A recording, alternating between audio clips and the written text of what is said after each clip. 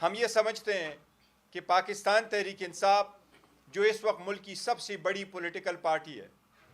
خان صاحب جو اس وقت مقبول ترین لیڈر ہے، پارٹی کے ورکروں میں یا پارٹی میں یا اس کی قیادت میں اور بڑے ادارے میں اگر لوگ مس انڈرسٹینڈنگ کریٹ کرے یا تناؤ کی کوشش کرے تو ملک نے 70 سال بعد 72 گھنٹوں میں جو مقام حاصل کیا تھا، اور ملک اس لیے وہ اور اسی طرف اللہ نہ کرے کہ پاکستان کا نقصان ہو،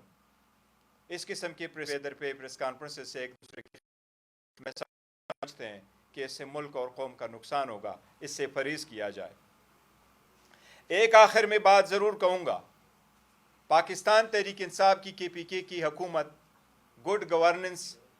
میں اعلیٰ مقام رکھتی ہے۔ اس وقت کرپشن پرسپشن سروے رپورٹ 2025 کی نہ ہونے کو الحمدللہ ٹاپ کیڈر میں رکھا ہے، چاروں سوچی ہے۔ ہم یقین دلاتے ہیں کہ انشاءاللہ تعالی پاکستان تحریک